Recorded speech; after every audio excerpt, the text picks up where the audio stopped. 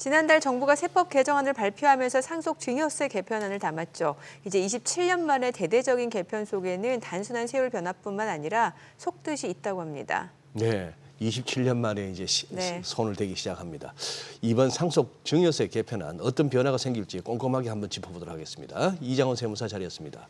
오랜만입니다. 어서 오세요. 네, 반갑습니다. 세무사님. 예, 한동안 못 뵀던 것 같아요. 네, 죄송합니다. 자주 예. 아니, 야, 이게 상속세, 증여세 이거 문제 많다고 뭔가 좀 손봐야 된다고 세상이 지금 어떻게 됐는데 아직도 이 세법으로 재단을 하냐 말이 많았는데 마침내 움직이네요. 네, 맞습니다. 근데 이게 지금 야당에서 정부 안에 대해서는 반대 입장이 하지만 상속세를 좀 이렇게 낮춰야 된다 하는 완화 쪽으로는 큰 틀에서는 동의하는 거 맞죠, 야당이? 네, 맞습니다. 예. 근데 이번에 그러면은 과세 표준하고 세율 네. 여기 변화가 있습니까? 우선은 크게 두 네. 가지가 바뀝니다. 이제 네. 첫 번째로는 과세 표준과 세율이 바뀌는데요. 네. 우선은 과세 표준 가장 낮은 구간이 1억 원대 이제 10%의 세율 구간이었는데 예. 이걸 이제 2억 원까지를 10%의 구간으로 적용해주겠다. 네. 말 그대로 이제 기획재정부 보도 자료에는 이제 물가 상승률을 좀 반영을 해주겠다라고 적혀 있습니다. 97년도에 물가 대비 지금 2배가 올랐고, 예. 그렇죠. 뭐 그다음에 자산이 주택 가격이 전국 단위로는 2.2배, 수도권은 2.8배 올랐기 때문에 네. 그런 것들 좀 반영해야 된다라고 했는데, 뭐 많은 분들이 사실은 이제 정말 2배만 올랐느냐 뭐 그런 얘기도 좀 있어서 네, 그건 좀 예. 지켜봐야 될 것 같고요. 그다음에 이제 최고 세율 구간도 바뀌게 됩니다. 30억 원 초과되는 구간에 대해서는 50% 세율 구간이었는데 이 구간을 없애고 이제 가장 높은 세율 구간이 이제 10억 원 초과 40%의 구간으로 좀 바꿨으면 한다라는 개정안을 내놨어요. 그래서 이 부분에 대해서는 지금 가장 말이 많은 게 이제 부자 감세 아니냐라는 네. 이제 좀 제스처가 좀 있습니다. 부자가 무슨 죄인입니까? 꼭 이럴 때마다 부자 감세 얘기 나오네. 열심히 해서 버는 사람들이 있을 거 아니에요. 네네. 세금 또박또박 내가면서 벌었을 거고. 그럼요. 예. 그러니까 참. 뭐 이중과세 논란도 있는 거 그러니까, 아니겠습니까? 예. 근데 사실 이제 과세 표준이나 세율 변화보다 더 피부에 확 와닿는 거는 보니까 자녀 공제 금액인데 이게 원래 자녀 공제 금액이 상속세 같은 경우 1인당 5천만 원이었는데 지금 5억 원. 네. 10배나 늘었어요. 그럼 그 이전에 오. 상속이 뜻대로 되는 건 아닙니다만 대단하네. 예. 그 전에 상속 받으신 분들은 지금 아직 상속세 연부연납하고 계신 분들도 계실 거 아니에요. 네네네. 사실 이거는 좀 파격적인 개편이라고 볼 수 있습니다. 세법에서 뭐 10배가 이렇게 조정되거나 이런 그러니까요. 경우가 사실 예. 많지는 않거든요. 예. 앞서 말씀드렸던 과세 표준하고 세율은 상속세랑 증여세 둘 다 적용이 되는 반대 네. 지금 말씀드리는 자녀 공제는 5천만 원이 5억으로 늘어나는 거는 네. 상속세에 대해서만 그렇죠. 적용이 된다는 점을 헷갈리지 않으셔야 됩니다. 예. 5억까지는 그럼 세금 안 내고 줄 수 있단 말이에요. 그렇죠. 그러니까 증여세 말고 상속세에 대해서. 상속세에서는 네, 맞습니다. 그러니까 이게 그 자녀 공제하면 자녀한테 10년간 5천만 원 줄 수 있지 않느냐 살아 있을 때 그 그거 증여세. 증여의 관념으로 이걸 이어가시면 안 된다. 네네. 왜냐면 상속에도 사실 이게 있었는데 많이 쓰이지 않았던 게 뭐냐면요. 일반적으로 일괄공제 5억 원과 그다음에 기초공제 플러스 나머지 인적공제 4가지 합계액 중에 큰 금액을 비교를 해서 세금을 매겼었는데 대부분 일괄공제 5억 원이 더 컸었습니다. 예. 왜냐하면은 그 기초공제 2억 원 플러스 그밖에 인적공제가 4가지 종류가 있는데요. 자녀공제가 1인당 5천만 원, 그리고 미성년자 공제 1인당 1,000만 원 곱하기 19세가 될 때까지의 연수, 그다음에 연로자 공제가 1인당 5천만 원, 그다음 장애인 공제가 1천만 원 곱하기 기대 여명 연수였는데 대부분 미성년자, 연로자, 그다음에 장애인 공제 적용되는 경우 많이 없었어요. 예. 그러니까 자녀 공제로 이 5억 원을 넘기려면 자녀가 7분 있어야 됩니다.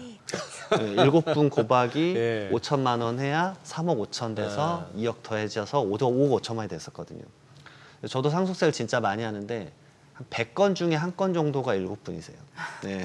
그러니까 많지는 않았던 공제이기 때문에 근데 이 변화가 지금 한 분만 해도 5억으로 늘어나면 5억 원 플러스 기초공제 2억 원이 추가돼서 저 장표에도 보시다시피 7억 원이 받기 때문에 일괄공제 5억 원보다는 기본적으로 2억 원 더 받을 수 있는 거기다가 자녀가 한 분 더 있다 그러면 네. 12억 원, 한 분 더 있다 그러면 17억 원. 네, 껑충껑충 뛰어가니까 사실상 상속세를 부담하는 분들의 수가 절대적으로 좀 줄어들 것으로 보입니다. 부담도 적어지고. 네. 예. 질문 제가 할까요? 네네. 예. 근데 이게 자녀 공제 액수가 지금 인당 그러니까 5천만 원에서 지금 5억 원으로 10배 상향 조정이 되면은 지금 말씀 주신 대로 이제 변화가 굉장히 크게 일어나는 네네. 거잖아요. 예, 어떤 변화가 있는지 좀 알려주세요. 제가 이걸 좀 통계적으로 좀 계산을 한번 해봤습니다. 네. 우선은 지금 돌아가시는 분들 평균적인 나이가 80대 이상이 55%, 그다음에 70대 이상이 상속세 신고한 인원입니다. 네. 70대 이상이 한 78%, 그다음 60대 이상이 91%나 되거든요. 결국 아직은 이제 또 건강하게 있다가 돌아가신 경우가 많은데요. 그러면 이분들이 이제 살아 생전에 자녀들을 낳았을 때 그분들이 자녀를 낳을 때쯤에 합계 출산율이 얼마일까 제가 한번 계산을 해봤습니다. 그래서 1970년도부터 1983년도까지 한번 계산을 해봤는데요. 저렇게 쭉 나오세요. 1970년도에는 뭐 4.5명, 그러다가 83년도에는 2명 정도 되는데 아주 단순하게 저걸 평균을 내봤습니다. 그러니까 한 3.27명 정도 되더라고요. 네. 근데 곰곰이 생각해 보니까 저에게 상담 오시는 분들, 그다음에 제가 수임해서 하는 건들도 자녀가 평균적으로 3분이세요. 아, 2분은 좀 없어요. 예, 생각보다 예. 3분 이상이거나 예. 4분이거나. 그러니까 그분들 같은 경우는 이제 기존에는 24년도까지 5억이겠지만 이제는 17억 원으로 공제액수가 늘어난다는 거죠. 그러네요. 공제액수가 늘어나면 신고하는 인원수가 얼마나 줄어들까? 이것도 한번 국세 통계로 한번 계산을 네. 해봤습니다. 그래서 과세표준별로 피상속인 비율인데요. 지금 공제액수가 그러면 5억 원이 더 증가된다라고 했을 때 누적 비율로 따져봤을 때는 5억 원까지가 55%나 됩니다.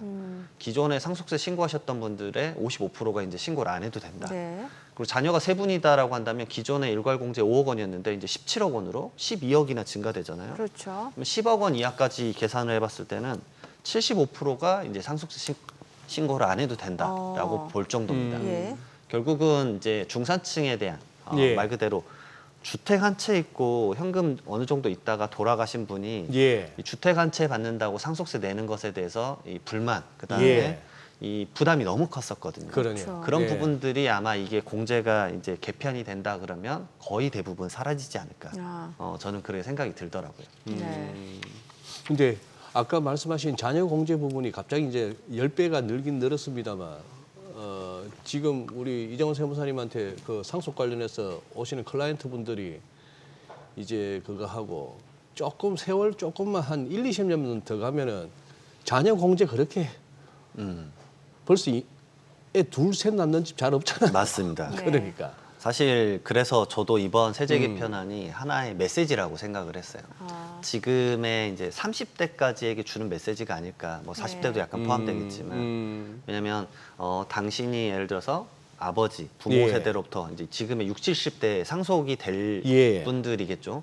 그분들에게 상속 재산을 받더라도 당신이 상속세를 많이 낸다라고 지금 어느 정도 가정이 된다라면 받는 것도 있을 거고 내가 읽을 것도 있을 예. 거고. 그러면 지금 시점에서 당신이 최고 세율, 만약에 최고 세율이 50%니까 그러면 5억 원 곱하기 50%면 2억 5천만 원인데 예.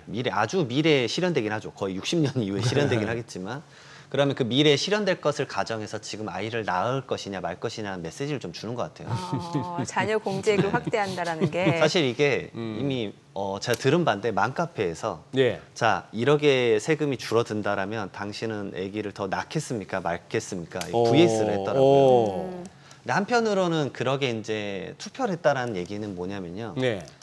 고민된다라는 얘기 같아요. 고민된다. 그러니까 이게 더 파격적으로 만약에 해준다 그러면 생각할 것 없이 이렇게 적용을 해야겠지라고 생각할 수 있는데 이거 좀 약간 부족하지 않나?라고 생각을 해서 고민을 하는 상황이지 않나.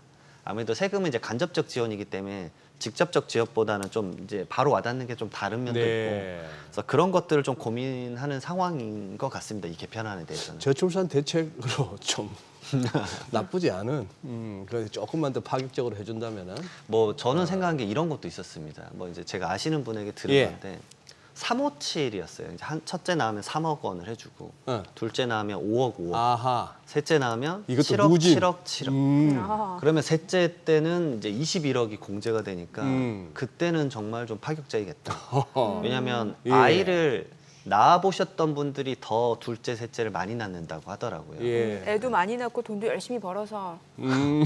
자녀한테 상속해주는 목적으로 그렇게 물론 돼야 이제 지금 되는 거네. 고민이 되긴 하실 것 같아요. 우선은 아직 개편도 되진 않은 상황이기 네. 때문에. 예. 근데 예. 이제 하나의 메시지를 주고자 했던 것 같습니다. 그러네요. 왜냐하면 이번에 세제 개편안은 이거 이외에도 결혼하고 출산, 육아 관련된 공제들 많이 지원을 또 해줬거든요. 그래요.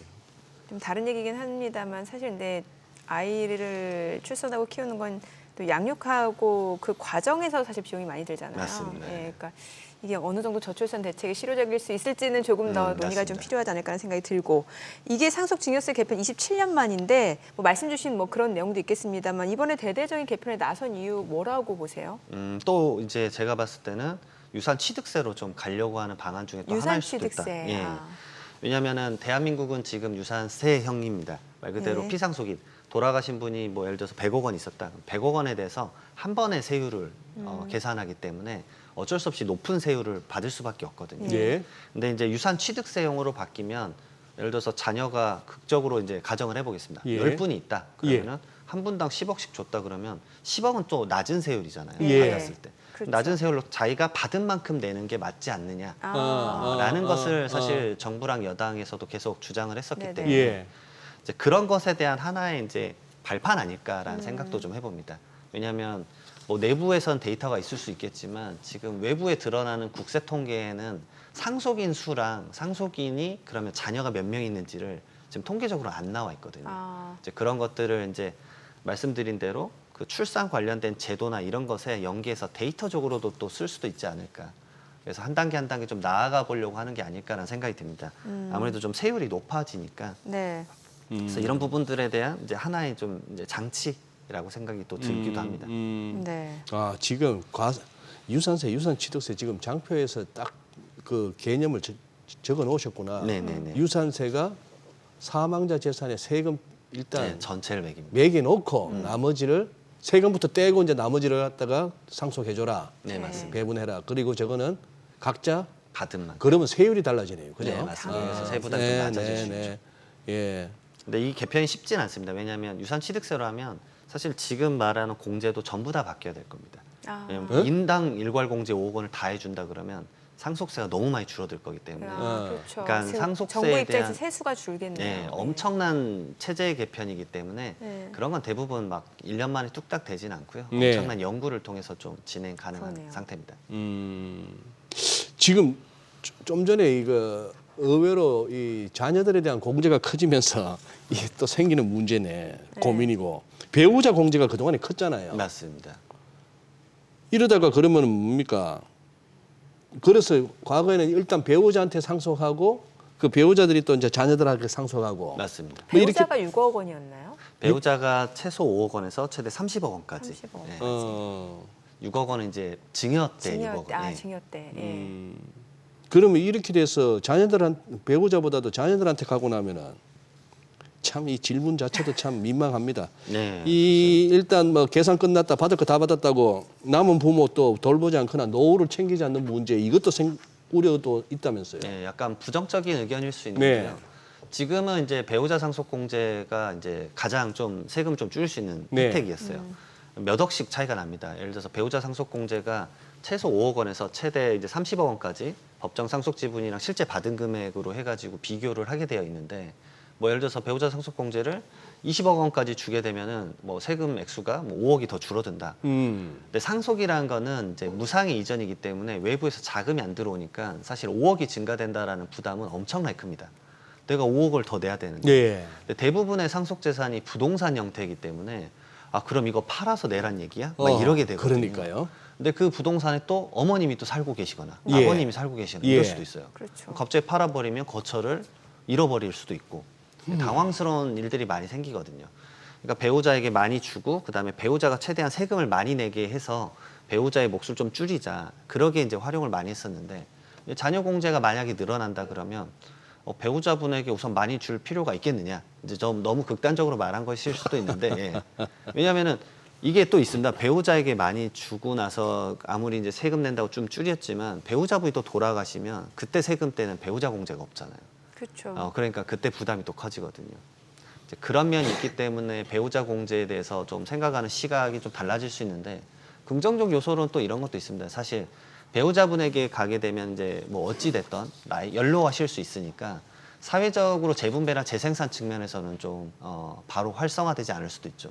자녀분들은 이제 상속받고 나서 내가 이제 마중물을 얻었다 그래서 그걸로 이제 경제적 활동을 열심히 하거나 뭐 결혼을 하거나 이럴 수도 있는데 그런 부분들에 대해서 조금 이제 진행이 좀 달라질 수도 있다라는 바입니다. 지금 우리 이정원 세무사님이 아주 완곡하게 표현하신데 이게 직설적으로 얘기하면 무슨 뜻이죠 이게? 그러니까 이제 젊은 이제 네. 자녀들한테 그게 가게 되면은 그게 뭐 주택 측면에서는 또 공급적인 부분이 될 수도 있는 거고 아니면 그걸로 또 이제 뭐 결혼을 고려할 수도 있는 거고 뭔가 생산 쪽에 기여할 수 있다 이 얘기인 것 같아요. 네, 생산. 사업을 할 때 이제 좀 쓰려고 예, 하시는 예, 경향이 있습니다. 예. 이제 부동산뿐만이 아니라 뭐 주식이나 현금성 자산을 또 받기도 하니까. 그래요. 그래요. 네. 이거 제가 아까 말씀드린 것 중에 이런 내용이 있는 것 같아요. 그러니까 이게 지금 개정안이고 이게 통과가 되려면 시간이 남긴 했습니다만 이제 통과가 된다고 쳤을 때 그럼 그 기점에 놓이신 분들 사이에서는 맞아요. 불만이 나올 수 있는 게 그 몇 달 차이로 만약에 상속이라는 맞습니다. 거는 부모님 글쎄. 돌아가시는 날짜를 정할 수 있는 게 아니잖아요. 예. 그래서 딱 상속을 받았는데 네. 이 세법 개정안이 해당이 안 되는 거예요. 그러면은 그 일괄공제에서 차이가 크잖아요. 아주 크죠. 예, 이러면은 네. 또 연부연납 신청했어요. 그럼 다 아직 다 낸 것도 그때 아니에요. 그 상실감은 굉장히 큰데. 네. 그러면 그- 이거 소급 적용이 되는지요, 뭐. 소급 적용이 사실은 지금 상황에서는 되지는 않습니다. 이 네. 법의 이제 개정안에는 25년 1월 1일 이후에 상속이 개시되거나 증여한분부터 적용이 돼서 사실 지난달에도 제가 클로즈를 하나 했었는데 네.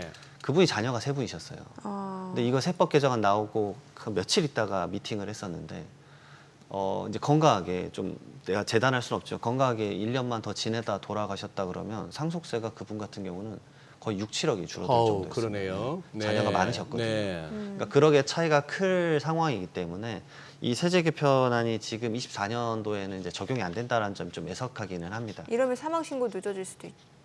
사실 그렇진 않아요. 돌아가신 그래요? 날로 하기 때문에. 돌아가신 네, 날로. 사망 신고는 어차피 돌아가신 날을 확정하는 신고일 뿐이어서. 하긴 그 네. 한 달 안에 바로 해야 되죠. 예. 예.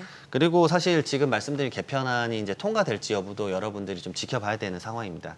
왜냐하면 이제 민주당에서는 이제 최근에 의견 낸 게 자녀 공제보다는 일괄 공제는 8억 원으로 올리고 배우자 공제는 최소를 10억으로 올리자라는 얘기를 했는데 네. 민주당이 아무래도 이제 거대 야당이기 때문에 이 법안 발의할 때 의견을 좀 강하게 가질 수 있어서 이런 부분까지 아직 확정되지 않은 바이기 때문에 12월 내년 1월까지 좀 지켜보셔야 될 것 같다라고 말씀드립니다. 네, 알겠습니다. 오늘 내용 잘 들었습니다. 감사합니다. 네, 고맙습니다.